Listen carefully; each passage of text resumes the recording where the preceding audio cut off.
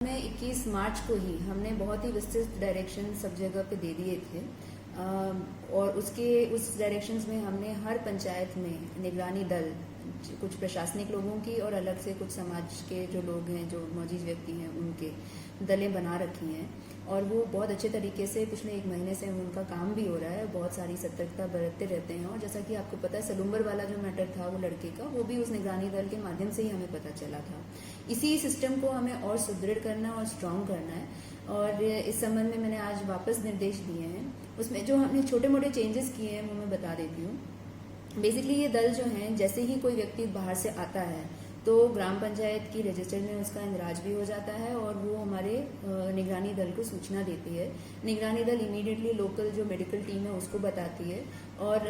संबंधित व्यक्ति को होम आइसोलेशन के लिए पाबंद करती है। मेडिकल टीम उसकी घर पर ही उसकी चेकिंग करेगी और जो होम आइसोलेशन की प्रक्रिया हमने बना रखी है कि हमारी टीम जाएगी, उसको सारी चीज़ें समझाएगी, उसके हाथ में एक स्टैंप लगाएगा ताकि वो कहीं भी बाहर निकले तो सब उसको पहचान सके, उसके परिवार वालों को समझाएंगे, उसके घर के बाहर हम पोस्टर चिपकाएंगे जिसमें स्पष्ट लिखा होगा कि कोई इस घर के अंदर नहीं जाए। उसके साथ साथ अभी हमने ये भी जोड़ा है कि इसके आस पड़ोस, ये पहले भी था एक्चुअली, आस पड़ोस के लोगों को भी ये सूचना दी जाए कि ये व्यक्ति बाहर से आया है तो इससे आपको बिल्कुल इसके घर पे नहीं जाना है। और अब कि अगर ऐसा व्यक्ति बाहर दिखता है तो आप भी हमारे कॉल सेंटर पे हमें इन्फॉर्म कीजिए, सूचना दीजिए ताकि हम इमीडिएटली उसको रोक सकते हैं। उसके अलावा अभी तक हम क्या कर रहे थे, जो व्यक्ति बाहर से आ रहा था मात्र उसी को होम आइसोलेशन के लिए कह रहे थे, बट क्योंकि अभी देखने में आ रहा है कि जैसे हमने थामला में भी देखा या राजसमंद का भी केस है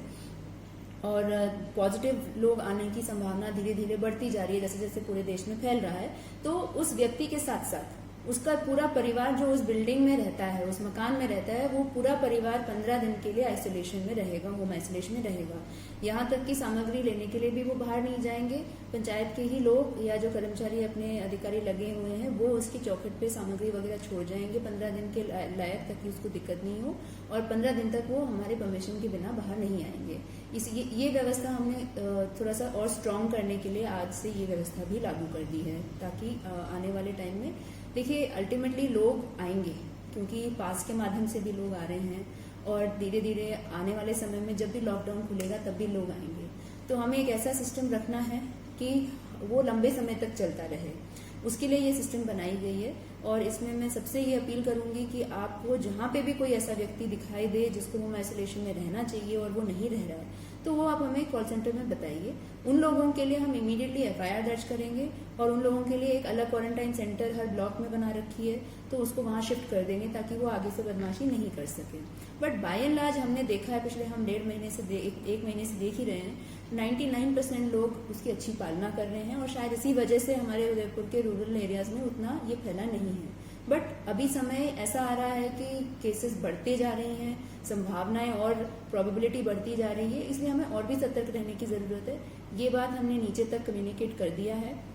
और अगर हम ये पूरी सख्ती से होम आइसोलेशन का जो नियम है प्रॉपरली फॉलो कर देंगे तो हमारे यहाँ चाहे कितने भी पॉजिटिव केस बाहर से आए उसको फैलने से हम रोक पाएंगे और वही हमारे लिए सबसे बड़ी चुनौती है और उसी पे हम पूरा स्ट्रैटेजी करके हम उसी पे वर्क कर रहे हैं। और सेम चीज शहरी क्षेत्र के लिए भी अप्लाई करता है और आज भी बहुत सारे लोग हमें बताते रहते हैं कि अगर उनको पता चलता है कि होम आइसोलेशन को तोड़ रहा है तो ये चीज जो है ये आगे से आगे बढ़ाते रहना है। किसी को बुरा नहीं लगना चाहिए कि मैं किसी के बारे में क्यों बताऊं, ये हम सबके स्वास्थ्य और हम सबके सुरक्षा के से जुड़ा हुआ मामला है। सो वी मस्ट, हमारी एक ड्यूटी है, एक तरह से हमारे एज ए सिटीजन ड्यूटी है कि अगर कोई व्यक्ति होम आइसोलेशन के नियम को तोड़ रहा है तो उसके बारे में कॉल सेंटर पे सूचना दें। लोगों को लाने की व्यवस्था क्या रहेगी, कब से आना शुरू होंगे और किस तरह से घर पे? इसमें अभी मैं बता देती हूँ कि राज्य सरकार के स्पष्ट आदेश ये हैं कि जो लोग क्वारंटाइन सेंटर में थे,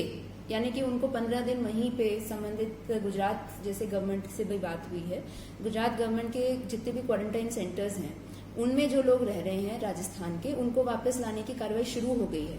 आज शाम से ये बसें आना शुरू हो गई हैं, अलग अलग बॉर्डर चेक पोस्ट पे वो आ जाएंगे और कल तक ये इनका आवागमन पूरा हो जाएगा। ये तो एक कैटेगरी हो गया।